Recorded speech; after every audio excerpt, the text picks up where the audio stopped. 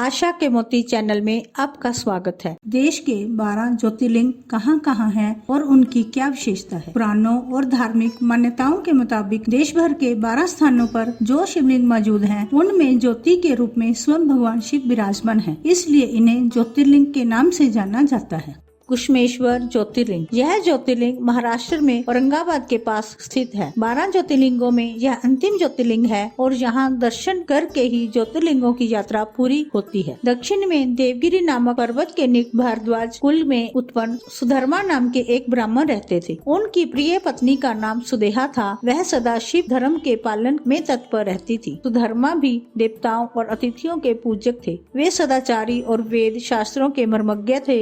वे सदा शिव संबंधी पूजन आदि कार्यों में भी लगे रहते थे। यह सब कुछ होने पर भी उनके कोई पुत्र नहीं था, जिससे उनकी पत्नी बहुत दुखी रहती थी। तब उस ब्राह्मणी ने अत्यंत दुखी होकर हठ पूर्वक अपनी बहन घुष्मा से पति का दूसरा विवाह करा दिया। विवाह से पहले सुधर्मा ने सुदेहा को समझाया कि इस समय तो बहन के प्रति तुम्हारा प्रेम है, पर जब उसके पुत्र हो जाएगा तुम इससे ईर्ष्या करने लगोगी। यह सुनकर सुदेहा ने सब प्रकार से अपने पति को विश्वास दिलाया कि मैं कभी भी अपनी बहन से ईर्ष्या नहीं करूंगी। विवाह हो जाने पर घुष्मा दासी की भांति बड़ी बहन की सेवा करने लगी। सुदेहा भी उसे बहुत प्यार करती थी। घुष्मा अपनी शिव भक्त बहन की आज्ञा से नित्य 101 पार्थिव शिवलिंग बनाकर विधिवत पूजा करने लगी। पूजा करके वह नजदीक के तालाब में उनका विसर्जन कर देती थी। शंकर जी की कृपा से उसको एक सुंदर सौभाग्यवान सद्गुण संपन्न पुत्र हुआ। इससे घुष्मा का कुछ मान बढ़ा और देखकर सुदेहा के मन में ईर्ष्या उत्पन्न हो गई। समय आने पर घुष्मा के पुत्र का विवाह हुआ। पुत्र वधू घर में आई। अब तो सुदेहा घुष्मा से और भी जलने लगी। उसकी बुद्धि भ्रष्ट हो गई। एक दिन उसने रात में सोते हुए पुत्र को छुरे से मारकर उसके शरीर के टुकड़े टुकड़े कर दिए और कटे हुए अंगों को उसी तालाब में ले जाकर डाल दिया, जहाँ घुष्मा प्रतिदिन पार्थिव लिंगों का विसर्जन करती थी। घुष्मा के पुत्र के अंगों का उस तालाब में फेंक कर वह लौट आई और घर में सुख पूर्वक सो गई। घुष्मा सवेरे उठकर प्रतिदिन का पूजन आदि कर्म करने लगी। सुधर्मा स्वयं भी नित्य कर्म में लग गए। सुदेहा भी उठकर बड़े आनंद से घर के काम काज करने लगी, क्योंकि उसके हृदय में पहले जो ईर्ष्या की आग जलती थी वे अब बुझ गई थी। प्रातः काल उठकर जब बहू ने पति की शैया को देखा तो वह खून से भीगी दिखाई दी। वहाँ शरीर के कुछ अंग भी दिखाई दिए। इससे उनको बड़ा दुख हुआ। वह तुरंत घुष्मा के पास गई और कहा, माता,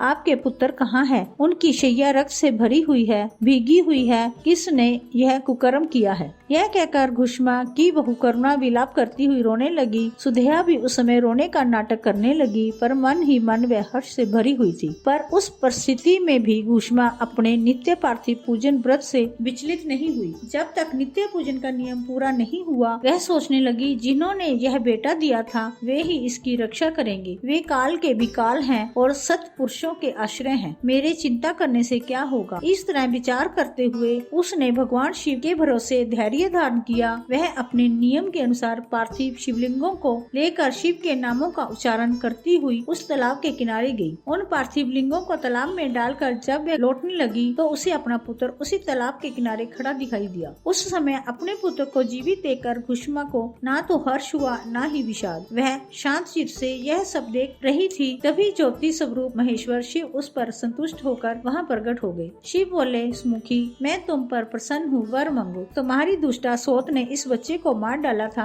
मैं उसे इस अपराध का दंड दूंगा। तब घुष्मा ने शिव जी को प्रणाम करके यह वर मांगा, नाथ, सुदेहा मेरी बड़ी बहन है, आपको उसकी रक्षा करनी चाहिए। शिव बोले, उसने तो तुम्हारा बड़ा भारी अपकार किया, तो तुम उसका उपकार क्यों करना चाहती हो? घुष्मा ने कहा, देव, आपके दर्शन मात्र से ही मनुष्यों के पूर्व संचित पाप राशि भस्म हो जाते हैं और मन निर्मल हो जाता है। जो अपकार करने वालों का भी उपकार करता है, उसके मैं किसी भी प्राणी का अहित नहीं चाहती। वो तो मेरी बहन है। घुष्मा के ऐसा कहने पर दया सिंधु महेश्वर अत्यंत प्रसन्न हुए और कहा, घुष्मे, तुम कोई और वर मांगो। तुम्हारी भक्ति और विकार शून्य स्वभाव से मैं बहुत प्रसन्न हूँ। भगवान शिव की बात सुनकर घुष्मा बोली, प्रभु, यदि आप वर देना चाहते हैं तो लोगों की रक्षा के लिए सदा यहाँ निवास कीजिए और मेरे नाम से ही आपकी ख्याति हो। तब महेश्वर शिव ने अत्यंत प्रसन्न होकर कहा, मैं तुम्हारे ही नाम से घुष्मेश्वर कहलाता हुआ सदा यहाँ निवास करूँगा और सबके लिए लिए सुखदायक होगा। मेरा शुभ ज्योतिर्लिंग घुश्मेश नाम से प्रसिद्ध हो। यह सरोवर तीनों लोक में शिवालय नाम से प्रसिद्ध हो। इस सरोवर का दर्शन संपूर्ण अभिष्टों को देने वाला हो। ऐसा कहकर भगवान शिव वहाँ घुश्मेश्वर ज्योतिर्लिंग के रूप में स्थित हो गए। इस ज्योतिर्लिंग का दर्शन और पूजन सुख समृद्धि की वृद्धि करने वाला है। जो मनुष्य इन 12 ज्योतिर्लिंग के नाम तथा कथा को सुनता जा पड़ता है, वह सब पापों से मुक्त हो जाता है और भोग और मोक्ष पाता है।